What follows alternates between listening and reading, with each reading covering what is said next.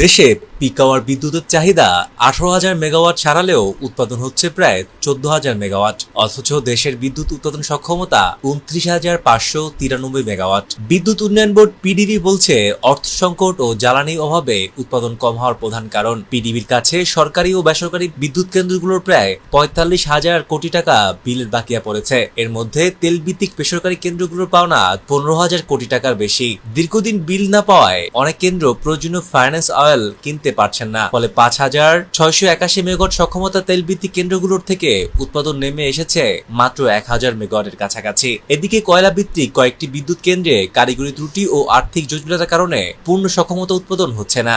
একই সঙ্গে গ্যাস সরবরাহ কমে যাওয়া, গ্যাস ভিত্তিক কেন্দ্রগুলো অর্ধেকের কম সক্ষমতা চলছে। এসব কারণে জাতীয় গ্রিডে বিদ্যুৎ ঘাটতি বেড়ে লোডশেডিং এরও আশঙ্কা আরো তীব্র হচ্ছে।